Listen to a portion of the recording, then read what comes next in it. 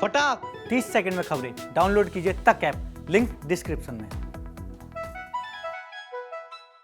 राजस्थान में अशोक गहलोत और सचिन पायलट में चाहे कितनी भी लड़ाई क्यों ना होती हो, लेकिन जब बात कांग्रेस पार्टी की आती हो तो सचिन पायलट सबसे आगे बढ़कर बीजेपी पर हमलावर दिखाई देते हैं। मुद्दा कोई भी हो, पायलट बीजेपी को कोसने में कोई कसर नहीं छोड़ते। राजस्थान के पूर्व डिप्टी सीएम सचिन पायलट ने बढ़ती महंगाई के मुद्दे पर एक बार फिर से केंद्र की मोदी सरकार को अड़े हाथे लिया है।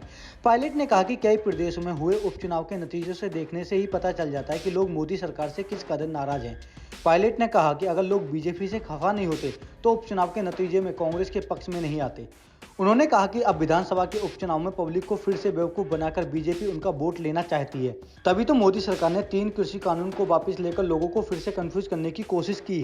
सचिन पायलट ने कहा कि देश के 5 राज्यों में आने वाले विधानसभा चुनाव में कांग्रेस पार्टी का प्रदर्शन बीजेपी से काफी अच्छा रहने वाला है और उसके बाद नए बदलाव आएंगे और ये बदलाव ही 2024 में बीजेपी को बहुत भारी पड़ेंगे। प्रदेश में पूर्व डिप्टी सीएम सचिन पायलट ने केंद्र की मोदी सरकार के लिए भगवान से प्रार्थना की है कि भगवान बीजेपी वालों को सद्बुद्धि दे ताकि देश की जनता को महंगाई से राहत मिल सके। पायलट ने कहा कि मोदी सरकार ने कृषि कानून को वापस ले लिया, पेट्रोल के दाम को 2 से 5 रुपए कम कर दिया। इस तरह से कई छोटे मोटे झुंझुना दिखाकर मोदी सरकार फिर से पब्लिक को कंफ्यूज करने की कोशिश कर रही है ताकि एक बार फिर से वो इनका वोट हासिल कर सके।